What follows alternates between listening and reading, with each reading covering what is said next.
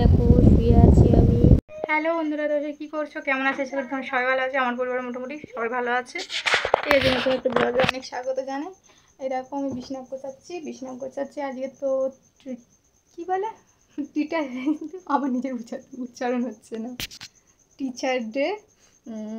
তো বাচ্চাদের আজ স্কুল ছুটি, কেন জানি না স্কুল ছুটি দিয়েছে, তো এই জন্য সকালবেলা কাজ সারছি, কাজ সাথে সাথে তার সাথে রান্না বসিয়ে দিয়েছি। দেখো রান্না বসিয়ে দিয়েছি, ওইখানটায় আলু আছে, ডিম আছে, ডিম ভাজবো আর আলু ভাতে দিয়ে দিব, আলুটাও ভেজে নেবো, আলু ভেজে নেবো নিয়ে, আর ডিম সেদ্ধ আছে, ছেলেমেয়েরা খেয়ে নেবে। তো চলো পরে আসছি, কাজ সারি, প্রচুর গরম লেগেছে, এক্ষুনির মধ্যে এত রোদ উঠেছে আজকে। এই দেখো, ঠিক আছে, টাটা। তো বন্ধুরা সব কী করছো? বিকালবেলায় দেখো জামা কাপড়গুলো কেচে দিয়েছিলাম। বিকালবেলা এবার কেন এসছি সেটা তোমরা বলতেই পারো, যে সকালের পরে আজ বিকাল হয়ে গেল কেন, আর বলো না। এগুলো সব ভিজে কেচে দিয়েছিলাম, সেইগুলো সব মেলে দিচ্ছি।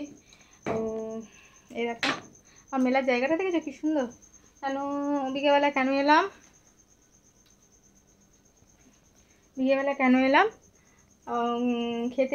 খেতে বসেছি তোমাদের সাথে শেয়ার করবো বলে, সেই সময় দেখি কারেন্টটা চলে গেল। কারেন্ট হোক কাটটা, বললো যে কারেন্ট, যে আমি চলে যাচ্ছি বলে চলে গেছে কারেন্টটা, জানো এরকমভাবে।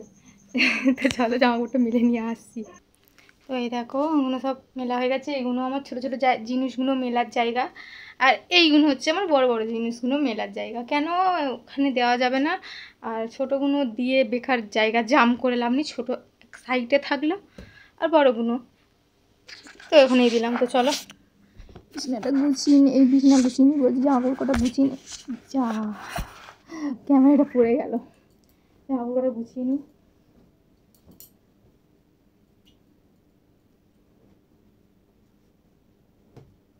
এটা তোমাদের দাদাভাইয়ের লুঙ্গি, দুটো লুঙ্গি একই কালারের, আমি বিয়েবার্ষিকীর দিনে কিনে দিয়েছিলাম।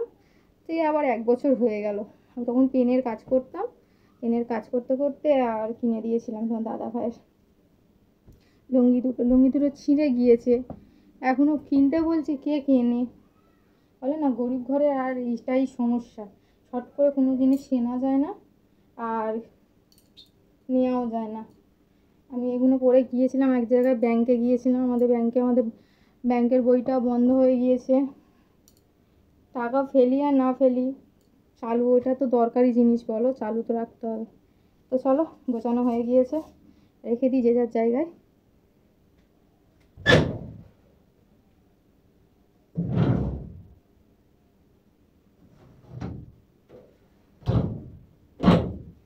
রোজকার পরের জিনিসগুলো সব এই সাইডে রাখি।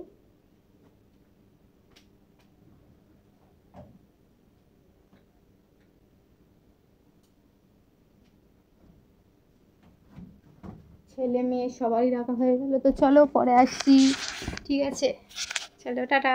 আপনারা এরকম শুয়ে পড়েছি, আর আমার শুলেই প্রথমে এই ঠ্যাং দুটো উঁচু হয়ে যায়, আমি চিড়ে শুলে আমার ঠ্যাং দুটো উঁচু হয়ে থাকে, আমি নিচু একদম পা ফেলিয়ে শুতে পারি না, আমার খুব অসুবিধা হয়। তো আমি শুয়েছি, এই জন্য পা দুটো এরকম উঁচু করা। তো চলো একটু শুয়ে নিই, একটু শুয়ে আর উঠবো। ছেলে মেয়ে দুটো পড়তে চলে গেল, আজকে অনেক দেরি হয়ে গিয়েছে সব কিছু। ছেলে মেয়ে দুটো থাকলে না, ওদের জন্য বক বক করতে, গল্প করতে সময় কেটে যায়, এই জন্য কিছুক্ষণ আগে পড়তে গেল, যেতে আর আমি সব কাজ আমাকে করে মিলে তাদের মাথাটাতে একটু ছেনে আর এই সবাই শুয়েছি। আমি তো বাইরে যাই না, ঘরেই থাকি, তো এই জন্যেই। তো চলো পরে আসবো। তো বন্ধুরা দেখো শুয়ে আছি আমি, বিকেলবেলা এখনও তোমাদের দাদাভাই আসেনি, আমার ছেলে মেয়েও আসেনি, ভালো লাগছে না, একা বিরক্ত লাগছে, কতক্ষণ শুয়ে থাকবো, ভালো লাগছে না, আর ঘুমিয়েই পড়েছিলাম, চোখ তো দেখতে যাচ্ছে ঘুমে ঢোলো মতো, প্রায় 5:30-6টা বাজতে যায়, 5:30 বাজে, এখন তোমাদের দাদাভাই আসেনি, এখন বাচ্চাগুলোও আসেনি, তখন সব আসে। চল পরে আসবো, টাটা। তো বন্ধুরা রাতে ডিনার করতে বসে পড়েছি, রাতের ডিনার দেখো পান্তা ভাত, চপ আর ফুরুলি মাখা। দুপুরবেলা তো ডিম ভাজা, আলু ভাজা ভাত খেয়েছি, তোমাদের দেখাতে পারিনি। চলো রাতে খাবারটা শেষ করে নিই, তোমরা ভালো থাকো, সুস্থ থাকো। অবশ্যই আবার নতুন একটা ভিডিও আছে, সেই ভিডিওটা দেখবো। আর এই ভিডিওটা অবশ্যই তোমরা দেখো, লাইক কমেন্ট শেয়ার করো, চ্যানেলটাকে সাবস্ক্রাইব করে রেখে দিও, যাতে আমি ভিডিও পোস্ট করলে নোটিফিকেশন তোমাদের কাছে আগে চলে যায়। ঠিক আছে, টাটা, গুড নাইট।